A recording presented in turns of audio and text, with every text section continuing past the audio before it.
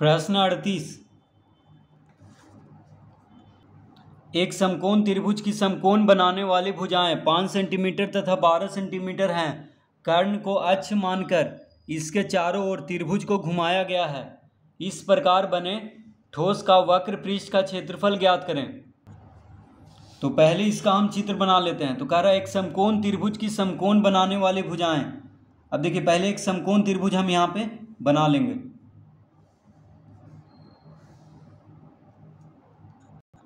तो मान लेते हैं कि ABC एक समकोण त्रिभुज है।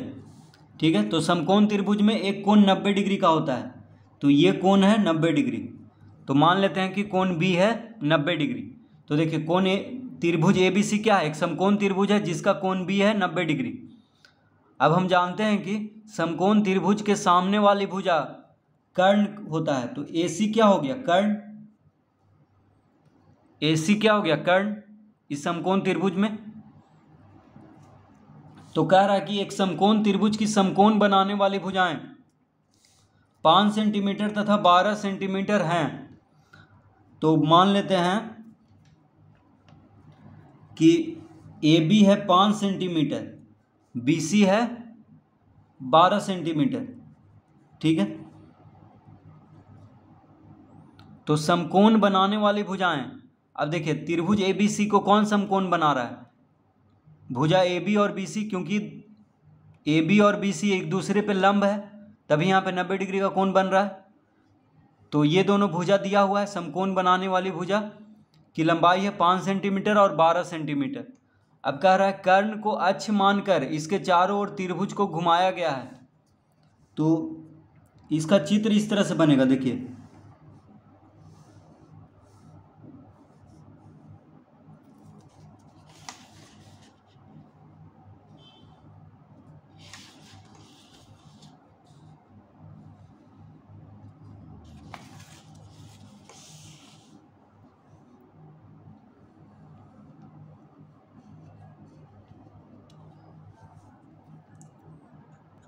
तो इसका चित्र इस तरह से बनेगा।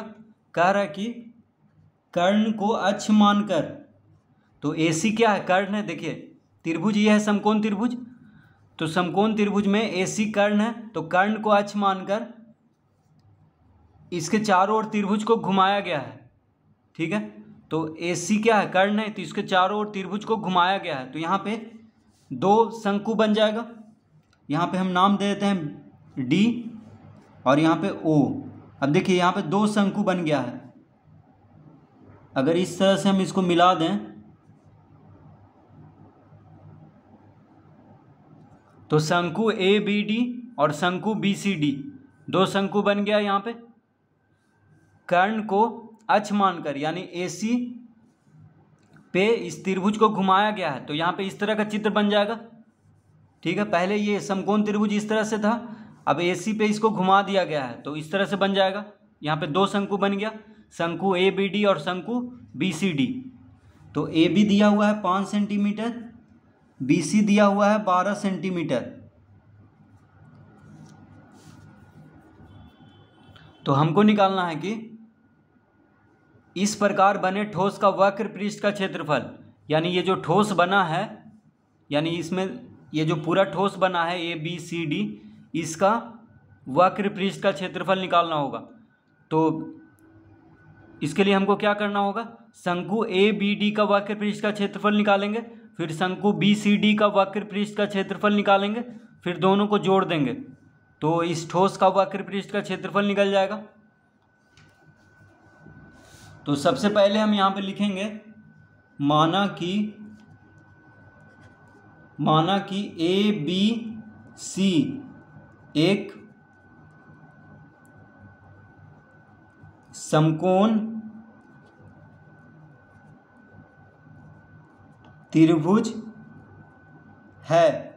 तो हम मान लेंगे कि ABC क्या है? एक समकोण त्रिभुज है। ठीक है, ABC क्या है? एक समकोण त्रिभुज है जिसमें, यहाँ पे लिखेंगे जिसमें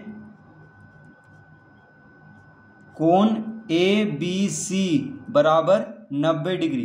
कोण ABC कितना है? 90 डिग्री, कॉमा AB बराबर 5 सेंटीमीटर कॉमा BC बराबर 12 सेंटीमीटर। BC कितना है? 12 सेंटीमीटर है। तथा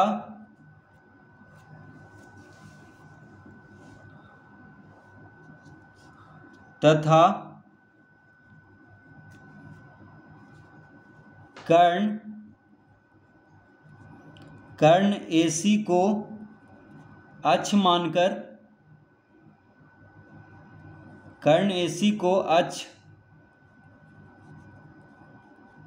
मानकर इसके चारों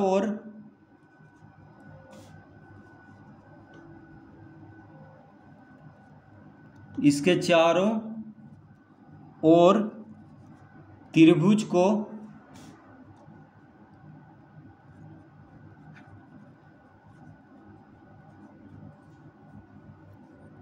को घुमाने पर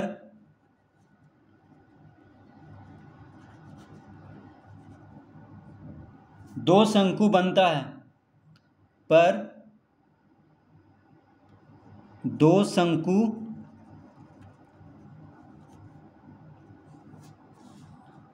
शंकु बनता है।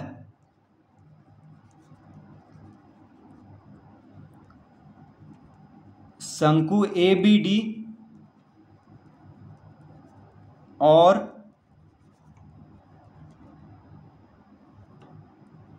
शंकु BCD। तो यहां पे देखिए दो शंकु बन रहा है, शंकु ABD और शंकु BCD। तो इस तरह पहले हम यहां पे इसको लिख लेंगे। अब लिखेंगे अतः समकोण त्रिभुज ABC में, अब देखिए हम जानते हैं कि समकोण त्रिभुज में जब दो भुजा दिया हो तो तीसरा भुजा ज्ञात कर सकते हैं। तो यहाँ पे देखिए AB दिया हुआ है, BC दिया हुआ है, तो AC ज्ञात कर लेंगे पाइथागोरस प्रमेय से। तो पाइथागोरस प्रमेय क्या कहता है कि कर्ण का वर्ग बराबर आधार का वर्ग जोड़ लंब का वर्ग। तो AC क्या है? कर्ण है। और AB को अगर आधार मानेंगे तो BC लंब हो जाएगा, BC को अगर आधार मानेंगे तो AB लंब हो जाएगा, क्योंकि AB और BC क्या है? एक दूसरे पे लंब है। ठीक है, तो कर्ण का वर्ग बराबर होता है आधार का वर्ग जोड़ लंब का वर्ग। ये होता है पाइथागोरस प्रमेय। तो इससे हम कर्ण ज्ञात कर लेंगे। तो लिखेंगे समकोण त्रिभुज ABC में AC बराबर AB का वर्ग जोड़ BC का वर्ग का अंडर रूट। ये होता है सूत्र। देखिए AC हो गया कर्ण, AB हो गया आधार, BC हो गया लंब। तो कर्ण बराबर होता है आधार का वर्ग जोड़ लंब का वर्ग का अंडर रूट। ठीक है, यानी दोनों का वर्ग को जोड़ देंगे, उसका वर्गमूल निकाल देंगे तो क्या निकल जाएगा? AC निकल जाएगा। तो AB दिया हुआ है, AB दिया हुआ है,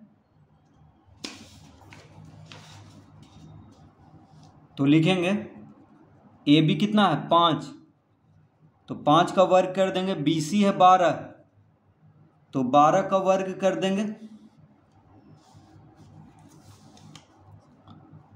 तो 5 का वर्ग हो गया 25 जोड़ 12 का वर्ग हो गया 144। 25 और 144 को जोड़ेंगे तो आ जाएगा 169।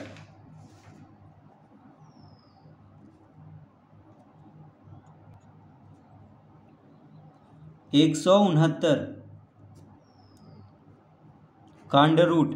अब देखिए 169 का वर्गमूल होता है 13, यानी 13 सेंटीमीटर आ गया कर्ण। तो AC कितना आ गया? AC हम निकाल रहे थे, तो AC आ गया है 13 सेंटीमीटर। देखिए AC यानी ये कितना आ गया? 13 सेंटीमीटर। AC आ गया 13 सेंटीमीटर, यानी कर्ण हमको ज्ञात हो गया है 13 सेंटीमीटर। ठीक है, ये जो AC है ये कितना आ गया? 13 सेंटीमीटर। तो अब हम लिखेंगे यहाँ पे समकोण त्रिभुज ABC का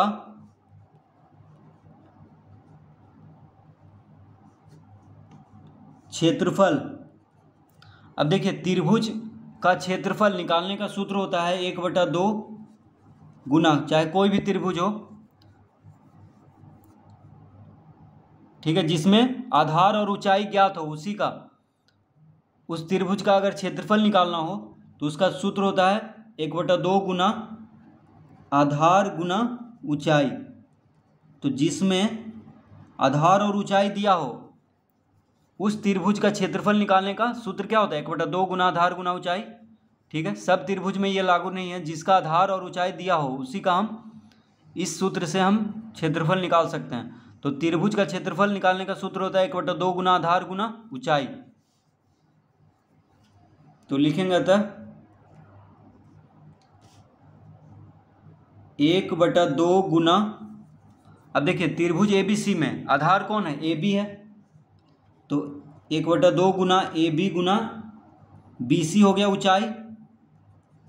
फिर लिखेंगे 1/2 गुना आधार हो गया AC, ऊंचाई हो गया BO, इस तरह लिख लेंगे।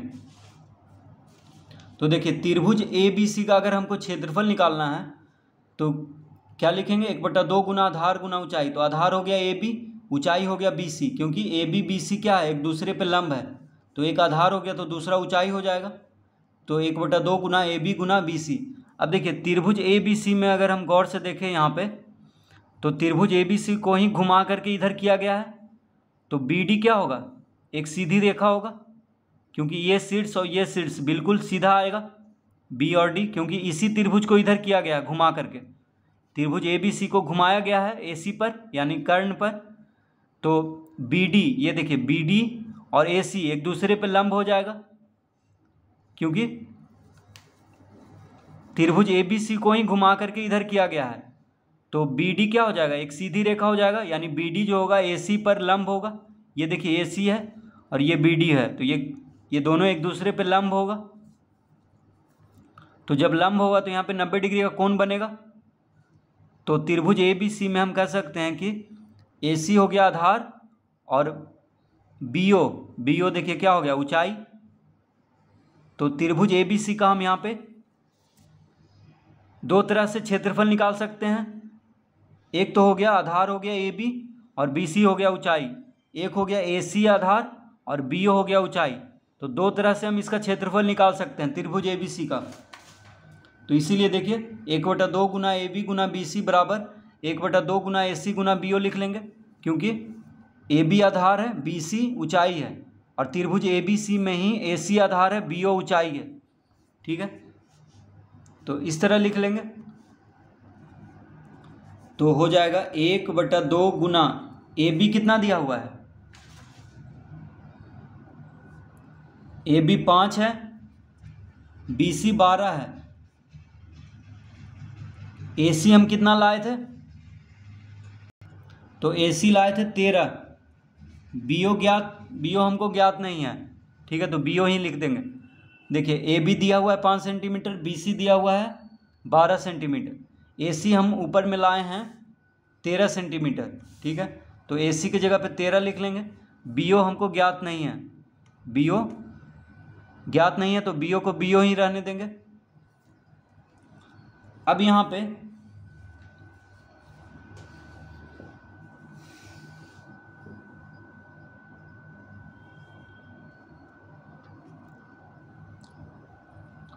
तो यहाँ पे हम लिख लेंगे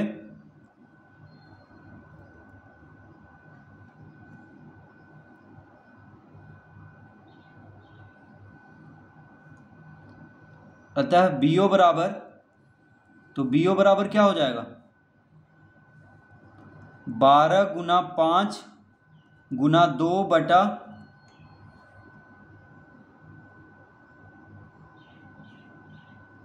13 गुना 2, इस तरह से हो जाएगा। देखिए BO बराबर हो जाएगा, ये 2 क्या है, भागा में है, तो 5 गुना 12 के साथ गुना में हो जाएगा 2। देखिए भागा में है तो इधर जाके गुना में हो जाएगा। 2 यहाँ पे भागा में है बराबर के दाएं तरफ, तो 2 को इधर भेज देंगे तो गुना में हो जाएगा, यानी 12 गुना 5 के साथ गुना में हो जाएगा। उसी तरह 2 क्या है यहाँ पे भागा में है, ठीक है, तो भागा में है तो इधर जाके 13 के साथ गुना में हो जाएगा, तो यहाँ पे देखिए गुना में हो गया। और 13 बीओ के साथ गुना में है तो 13 इधर जाके भागा में हो जाएगा। तो इस तरह लिख लेंगे 12 गुना 5 गुना 2 बटा 13 गुना 2। 2 से 2 कट गया, ठीक है, 2 से 2 कट गया तो कितना आ गया 12 × 25 = 60 बटा 13 सेंटीमीटर। फिर से इसको समझ लेते हैं। 2 इधर भागा में है तो इधर जाके गुना में हो गया, यानी 12 गुना 5 गुना 2, और 2 भागा में है तो इधर 13 के साथ गुना में हो जाएगा, लेकिन 13 जो है बीओ के साथ गुना में है तो 13 इधर जाके भागा में हो जाएगा, इसलिए बीओ बराबर हो गया 12 गुना 5 गुना 2 बटा 13 गुना 2। 2 13 के साथ गुना होगा, ये 2 जो है ये 13 के साथ गुना हो जाएगा, लेकिन बीओ के साथ गुना में है इसीलिए इधर जाके भागा में हो जाएगा 13 गुना 2, ठीक है। और ये 2 भागा में है तो इधर जाके गुना में हो जाएगा इसके साथ, तो कितना आ गया 12 × 25 = 60 बटा 13, यानी बीओ आ गया 12 × 25 = 60 बटा 13, यानी 60 बटा 13 सेंटीमीटर। तो बीओ देखिए ये जो बीओ है ये आ चुका है 60 बटा 13 सेंटीमीटर। अब देखिए ये बीओ क्या है, दोनों शंकु का त्रिज्या है, दोनों शंकु का त्रिज्या है बीओ, क्योंकि दोनों शंकु का आधार तो एक ही है बीडी, तो दोनों का त्रिज्या भी एक ही होगा। तो बीओ निकल चुका है 60 बटा 13 सेंटीमीटर, यानी दोनों शंकु का त्रिज्या ज्ञात हो गया है। तो आगे हम लिखेंगे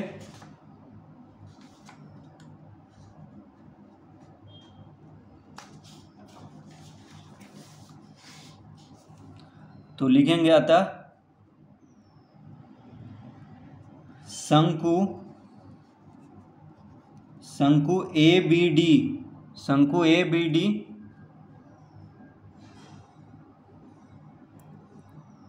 की त्रिज्या,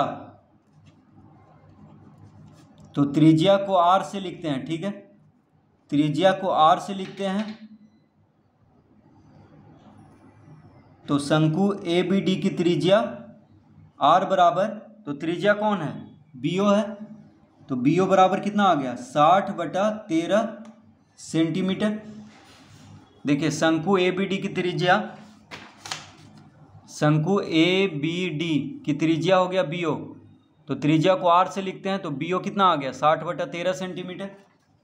इस तरह लिख लेंगे, कॉमा ऊंचाई, ये तिर्यक ऊंचाई कितना है, तो लिखेंगे तिर्यक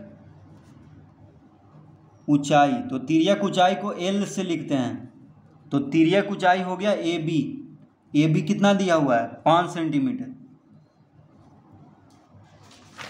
तो शंकु ABD का ये तिर्यक ऊंचाई हो गया, देखिए तिर्यक मतलब तिरछी ऊंचाई हो गया, देखिए तिरछी ऊंचाई है ये, तो क्योंकि वक्र पृष्ठ का क्षेत्रफल निकालना है इसलिए हमको बस तिरछी ऊंचाई और त्रिज्या चाहिए और कुछ नहीं चाहिए, ठीक है। तो जब वक्र पृष्ठ का क्षेत्रफल निकालना हो या संपूर्ण पृष्ठ का क्षेत्रफल निकालना हो तो क्या चाहिए, बस शंकु का तिरछी ऊंचाई और त्रिज्या, तो ये 2 रहेगा तो वक्र पृष्ठ या संपूर्ण पृष्ठ का क्षेत्रफल ज्ञात हो जाएगा। तो तिरछी ऊंचाई हो गया, शंकु ABD का तिरछी ऊंचाई हो गया 5 सेंटीमीटर और त्रिज्या हो गया बीओ। तो देखिए तिर्यक ऊंचाई कहें या तिरछी ऊंचाई कहें एक ही बात है। तो AB क्या है तिर्यक ऊंचाई, तो शंकु ABD का तिर्यक ऊंचाई को L से लिखते हैं, तो तिर्यक ऊंचाई AB है शंकु ABD में, AB है 5 सेंटीमीटर। तो अब इसका हम वक्र पृष्ठ का क्षेत्रफल ज्ञात कर लेंगे, तो लिखेंगे अतः वक्र पृष्ठ का, अब देखिए शंकु का वक्र पृष्ठ का क्षेत्रफल निकालने का सूत्र होता है πr_l। तो शंकु का वक्र पृष्ठ का क्षेत्रफल का सूत्र क्या होता है πr_l। तो देखिए पाई को पाई ही रहने देंगे, ठीक है, क्योंकि दोनों शंकु का वक्र पृष्ठ का क्षेत्रफल को जोड़ना होगा, तभी जो ठोस बन रहा है उसका पूरा का वक्र पृष्ठ का क्षेत्रफल ज्ञात होगा। तो पाई को पाई ही रहने देंगे। आर देखिए कितना है 60/13, तो गुना 60/13 लिखेंगे। एल कितना है, एल है 5, तो यहाँ पे 5 लिख लेंगे। तो ये हो गया वर्ग सेंटीमीटर में, क्योंकि सब सेंटीमीटर में दिया हुआ है और क्षेत्रफल वर्ग में होता है, तो वर्ग सेंटीमीटर में हो गया। तो शंकु ABD का वक्र पृष्ठ का क्षेत्रफल, देखिए शंकु ABD का वक्र पृष्ठ का क्षेत्रफल हम निकाले हैं, कितना आ गया, पाई गुना 60/13 गुना 5 वर्ग सेंटीमीटर। अब निकालेंगे शंकु BCD, तो लिखेंगे आप शंकु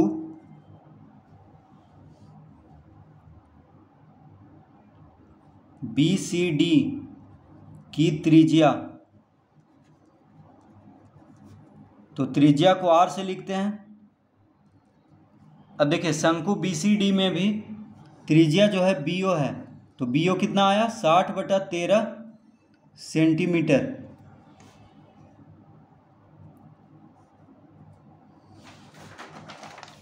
शंकु BCD में अब देखेंगे, देखिए BCD ये जो शंकु है इसका त्रिज्या भी BO है, तो BO कितना आया है 60/13 सेंटीमीटर। और शंकु BCD में देखिए तिरछी ऊंचाई BC है, यानी तिर्यक ऊंचाई, तो तिर्यक ऊंचाई कहें या तिरछी ऊंचाई कहें एक ही बात है। तो BC हो गया तिर्यक ऊंचाई शंकु BCD का। तो हमको निकालना है वक्र पृष्ठ का क्षेत्रफल। तो वक्र पृष्ठ का क्षेत्रफल निकालने के लिए हमको चाहिए तिरछी ऊंचाई और त्रिज्या, तो त्रिज्या भी हमको ज्ञात हो गया है यहाँ पे, और तिरछी ऊंचाई दिया हुआ है 12 सेंटीमीटर। तो शंकु BCD का वक्र पृष्ठ का क्षेत्रफल ज्ञात कर लेंगे। तो शंकु BCD की त्रिज्या हो गया 60/13 सेंटीमीटर, कॉमा तिर्यक ऊंचाई, तो तिर्यक ऊंचाई को L से लिखते हैं, तो L बराबर हो गया BC। देखिए शंकु BCD में तिर्यक ऊंचाई कौन है, BC है। BC कितना दिया हुआ है 12 सेंटीमीटर। तो शंकु BCD में तिर्यक ऊंचाई हो गया 12 सेंटीमीटर। तो त्रिज्या मालूम हो गया है, तिर्यक ऊंचाई मालूम है शंकु BCD का। तो अब हम वक्र पृष्ठ का क्षेत्रफल निकाल लेंगे शंकु BCD का। तो लिखेंगे अतः वक्र पृष्ठ का क्षेत्रफल बराबर, तो शंकु का वक्र पृष्ठ का क्षेत्रफल निकालने का सूत्र होता है पाई आर एल।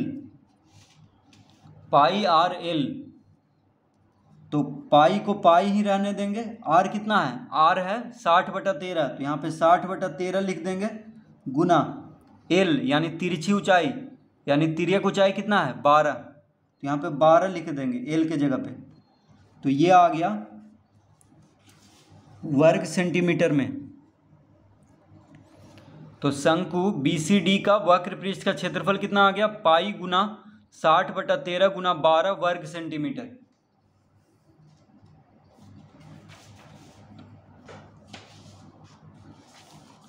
तो अब हम यहाँ पे लिखेंगे अतः, अब क्या कह रहा है, इस प्रकार बने ठोस का वक्र पृष्ठ का क्षेत्रफल ज्ञात करें। तो हम लिखेंगे अतः निर्मित ठोस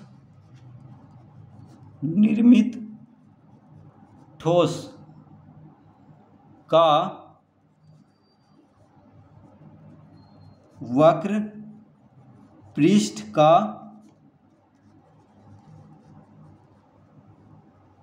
क्षेत्रफल बराबर, अब देखिए जो ठोस बना है, ये जो ठोस बना है दोनों शंकु को मिल करके इसका वक्र पृष्ठ का क्षेत्रफल निकालने के लिए क्या करना होगा, तो शंकु ABD का वक्र पृष्ठ का क्षेत्रफल और शंकु BCD का वक्र पृष्ठ का क्षेत्रफल दोनों को जोड़ना होगा। तो निर्मित ठोस का वक्र पृष्ठ का क्षेत्रफल बराबर हो जाएगा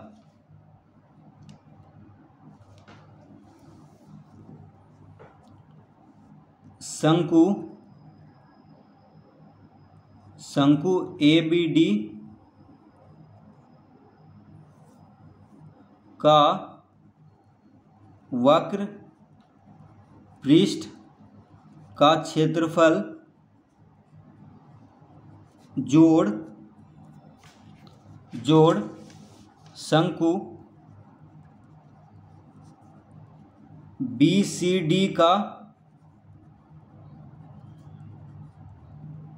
वक्र पृष्ठ का क्षेत्रफल। तो जो ठोस है उसका वक्र पृष्ठ का क्षेत्रफल कैसे ज्ञात होगा? तो शंकु ABD का वक्र पृष्ठ का क्षेत्रफल और शंकु BCD का वक्र पृष्ठ का क्षेत्रफल को जोड़ देंगे। तो शंकु ABD का वक्र पृष्ठ का क्षेत्रफल कितना आया है? तो आया है पाई गुना 60/13 गुना 5। यह आया था शंकु ABD का वक्र पृष्ठ का क्षेत्रफल। यहाँ पे जोड़ का चिन्ह देंगे। अब शंकु BCD का वक्र पृष्ठ का क्षेत्रफल कितना आया था? तो पाई गुना 60/13 गुना 12। ठीक है, तो ये हो गया शंकु ABD का वक्र पृष्ठ का क्षेत्रफल और ये हो गया शंकु BCD का वक्र पृष्ठ का क्षेत्रफल। अब दोनों में देखिए पाई गुना 60/13 दोनों में है। देखिए पाई गुना 60/13 पाई गुना 60/13 दोनों में है।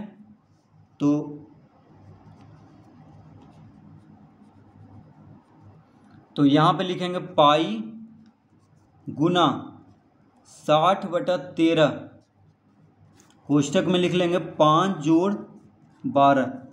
इस तरह हो जाएगा। देखिए पाई गुना 60/13 को कॉमन ले लिए हैं क्योंकि दोनों में है। देखिए दो जगह है, इसमें भी आ रहा है पाई गुना 60/13, इसमें भी आ रहा है पाई गुना 60/13। तो पाई गुना 60/13 कॉमन ले लेंगे। तो जब ये कॉमन ले लिए हैं तो क्या बच गया? इसमें सिर्फ 5 बच गया क्योंकि ये दोनों कॉमन ले लिए हैं। बीच में जोड़ का चिन्ह है तो जोड़ का चिन्ह यहाँ पे दे देंगे। पाई गुना 60/13 कॉमन ले लिए तो क्या बच गया? 12। तो हो गया पाई गुना 60/13 गुना 12 5 17। ठीक है, देखिए 12 जोड़ 5 क्या होगा? 17। अब 17 गुना 60 हो जाएगा। 17 छक होता है 102 और 60 है तो एक शून्य और दे देंगे, यानी 1020/13 और यहाँ पे लगा देंगे पाई और ये हो जाएगा वर्ग सेंटीमीटर। तो 1020 पाई/13 वर्ग सेंटीमीटर हो जाएगा निर्मित ठोस का वक्र पृष्ठ का क्षेत्रफल। तो देखिए इसका उत्तर आ चुका है 1020 पाई/13 वर्ग सेंटीमीटर। तो इस तरह से इस प्रश्न को हल करेंगे।